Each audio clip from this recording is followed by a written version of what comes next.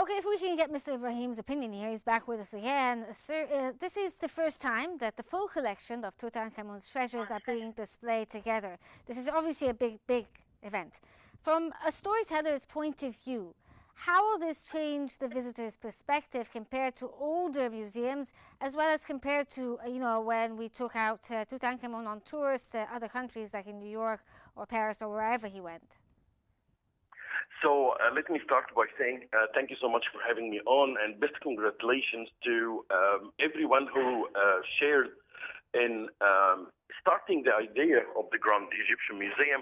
For everyone who shared building the Grand Egyptian Museum, we really have to give them the biggest thanks ever, because we can definitely talk about the Grand Egyptian Museum for so long. It is another evidence that we are the Egyptians can still make miracles, and we are writing our stories in golden letters in the history book of human civilization.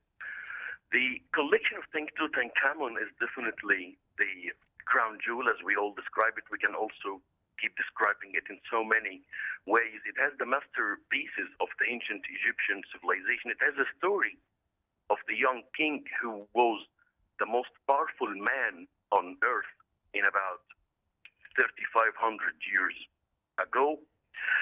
The collection of Tutankhamun did bring Egypt all over the news on November 4th of 1922, when the English expedition led by Howard Carter found the tomb being intact, never been stolen before.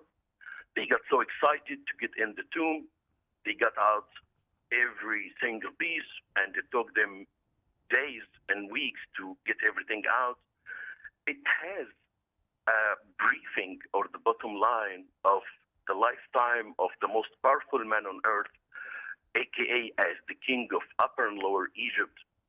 Unfortunately, all the other tombs of all the other kings has been stolen in the ancient times, but we were absolutely blessed to find the tomb of Tutankhamun. Everything was displayed in the great Egyptian Museum in Tahrir Square, and I do owe that museum a great thank you. That museum provided us with a journey through the ancient story of the Egyptians, and the focus was always on the second floor of the museum. About half the upper floor of the Egyptian Museum in Tahrir Square was displaying the golden collection of the funeral furniture of King Tutankhamun. And we have always dreamed of having every single piece to be displayed in an elegant way, because every piece has a story. If it's wood, if it's gold, if it's stone, every single piece was made by love too, and with wishes of a peaceful life in the afterlife.